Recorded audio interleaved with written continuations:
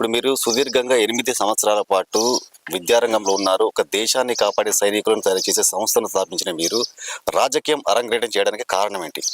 మోడీ గారి మన దేశ అభివృద్ధి కావచ్చు, బండి సంజయ్ గారు మన సెంట్రల్ మినిస్టర్ మన కరీంనగర్ పార్లమెంట్ నియోజకవర్గంలో జరిగినటువంటి అభివృద్ధి కావచ్చు, వాటిని దృష్టిలో పెట్టుకొని మన కరీంనగర్లో ఉన్నటువంటి 66 డివిజన్లలో ఈ 19వ డివిజన్ని ఇంకా మంచిగా అభివృద్ధి చేయాలి అనే ఒక సంకల్పంతో ముందుకు రావడం జరిగింది.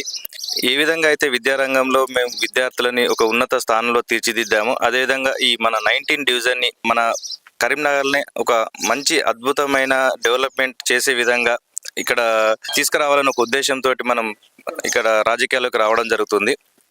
ఇక్కడ ఉన్నటువంటి రోడ్లు కావచ్చు, డ్రైనేజ్ వ్యవస్థ కావచ్చు, గత పాలకులు ఏదైతే కరెక్ట్ చేయలేకపోయారో వాటన్నిటిని కూడా మంచిగా చేసి చూపెట్టి మన కరీంనగర్ అన్ని డివిజన్లలోకెల్లా ద బెస్ట్ డివిజన్గా తీర్చిదిద్దాలని ఒక ఆశయంతో ముందుకు రావడం జరిగింది.